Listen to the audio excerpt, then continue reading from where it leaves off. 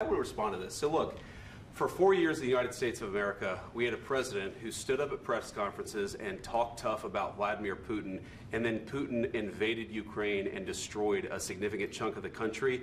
The path to peace and the path to prosperity is maybe engaging in diplomacy. We tried the pathway of Joe Biden of thumping our chest and pretending that the President of the United States' words mattered more than the President of the United States' actions. What makes America a good country is America engaging in diplomacy. That's what President Trump is doing. Can I ask you? Sure. Yeah? Yeah. Okay. So he occupied our parts, big parts of Ukraine, part of East and Crimea. So he occupied it on 2014. So during a lot of years, so I'm not speaking about just Biden, but those time was Obama, then President Obama, then President Trump, then President Biden, now President Trump, and God bless, now President Trump will stop him. But during 2014, nobody stopped him. He just occupied and took. He killed people. You know what the contact 2015. 2014 and 2014. 2014. Yeah. So I was not here. Yeah, but that's exactly right. Yes, but during 2014 till 2022, yeah, the situation the same. The people are been dying on the contact line. Nobody stopped him. You know that we had conversations with him, a lot of conversation, my bilateral conversation, and we signed with him, me, like a new president. In 2019, I signed with him the deal. I signed with him, Macron and Merkel, we signed ceasefire. Ceasefire, all of them told me that he will never go. We signed with him with gas contract. Yes, but after that, he broken this ceasefire. He killed our people and he didn't exchange prisoners. We signed the exchange of prisoners, but he didn't do it. What kind of diplomacy, JD, you are speaking about? What do you mean?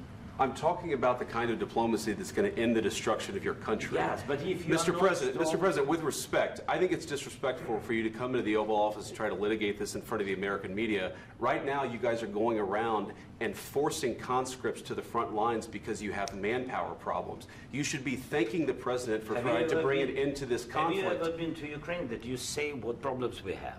I have been to. Count once. I've actually watched and seen the stories, and I know what happens is you bring people, you bring them on a propaganda tour, Mr. President. Do you disagree that you've had problems bringing people into your military? And do you think that it's respectful to come to the Oval Office of the United States of America and attack the administration that is trying to prevent the destruction of your country? A lot of questions. Let's start from the beginning. Sure. First of all, during the war, everybody has problems, even you, but you have nice ocean and don't feel now, but you will feel it in the future. God bless. You don't know that. God bless. God bless. You will not have a war. Don't tell us what we're going to feel. We're trying to solve a problem. Don't tell us what we're going to feel. I'm not telling you. Because you're in no position to dictate that. That's exactly what you're doing. You're in no position to dictate what we're going to feel. We're going to feel very good. You will feel influence. We're going to feel very good and very strong. You will feel influence. You're right now not in a very good position. You've allowed yourself to be in a very bad position, and he happens to be right about it. From the very beginning of the war. You're not in a good position. You don't have the cards right now. With us, you start having cards. Right now, you don't. You're playing cards. You're playing cards. You're gambling with the lives of millions of people. You're gambling with World War III. You're gambling with World War III. And what you're doing is very disrespectful to the country, this country. That's back to you. Far more than a lot of people said they should have. Have you said thank you once? This entire meeting? No, in this entire meeting, have you said thank you?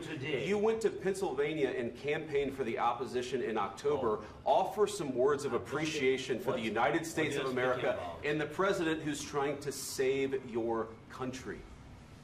Please, you think that if you will speak very loudly about the war, you can... He's not speaking loudly. He's not speaking loudly. Your country's in big trouble. Can I Wait a minute. No. You've done a lot of talking. Your country is in big trouble. I know. You're not winning. You're not winning this. You have a damn good chance of coming out okay because of us. Mr. President, We are staying in our country, staying strong from the very beginning of the war. We've been alone, and we are thankful. I said thanks you haven't in been this alone. cabinet. You haven't been alone. In this cabinet. We gave you, through this stupid president, $350 billion. You voted we gave for you your military equipment, and you men are brave, but they had to use our military. What about if you didn't have our military equipment, if you didn't have our military equipment, this war would have been over in 2 weeks. In 3 days. I heard it from Putin. In 3 days. This is something maybe new. Less. In 2 weeks. Of course, yes. It's going to be a very hard thing to do business like this. Again, I tell you. just say thank you. I said a lot of times to American people. Accept that there are disagreements, and let's go litigate those disagreements rather than trying to fight it out in the American media when you're wrong. We know that you're wrong. But you see, I think it's good for the American people to see what's going on. I understand, sir. I think it's very important. That's why I kept this going so long. You have to be thankful. You don't have the cards. You're buried there. Your people are dying. You're running low on soldiers. Listen, you're running low on soldiers. It would be a damn good thing. And then you tell us, I don't want a ceasefire. I don't want a ceasefire. I want to go, and I want this. Look. If you could get a ceasefire right now, I tell you, you take it so the bullets stop flying and your men stop getting killed. Of course, we want to stop the war. But you're saying you don't want a ceasefire. But I said to you, I want a ceasefire. With guarantees. Because you'll get a ceasefire faster than an agreement. Ask our people about ceasefire, what they think. That wasn't with me. For you what, that wasn't with me.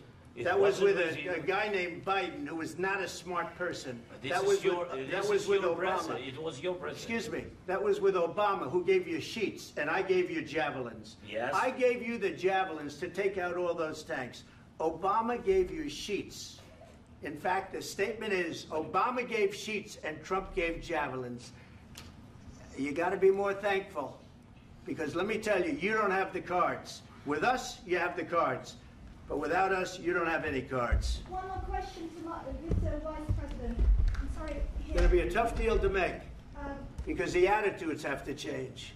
What if Russia breaks ceasefire? What if Russia breaks peace talks? What do we do then?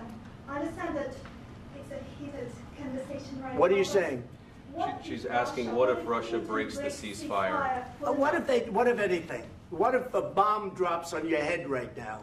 Okay? What if they broke it? I don't know. They broke it with Biden, because Biden, they didn't respect him. They didn't respect Obama. They respect me. Let me tell you, Putin went through a hell of a lot with me. He went through a phony witch hunt where they used him and Russia. Russia. You ever hear of that deal? That was a phony Hunter Biden, Joe Biden scam. Hillary Clinton, Shifty Adam Schiff. It was a Democrat scam. And he had to go through that. And he did go through it. We didn't end up in a war. And he went through it. He was accused of all that stuff. He had nothing to do with it. It came out of Hunter Biden's bathroom. It came out of Hunter Biden's bedroom. It was disgusting. And then they said, oh, the laptop from hell was made by Russia. The 51 agents. The whole thing was a scam. And he had to put up with that. He was being accused of all that stuff. All I can say is this. He might have broken deals with Obama and Bush, and he might have broken them with Biden. He did, maybe. Maybe he didn't. I don't know what happened. But he didn't break them with me. He wants to make a deal. I don't know if you can make a deal. The problem is, I've empowered you to be a tough guy. And I don't think you'd be a tough guy without the United States. And your people are very brave. But you're either going to make a deal or we're out. And if we're out, you'll fight it out. I don't think it's going to be pretty, but you'll fight it out. But you don't have the cards. But once we sign that deal, you're in a much better position. But you're not acting at all thankful. And that's not a nice thing. I'll be honest, that's not a nice thing. All right, I think we've seen enough. What do you think? This is going to be great television, I will say that.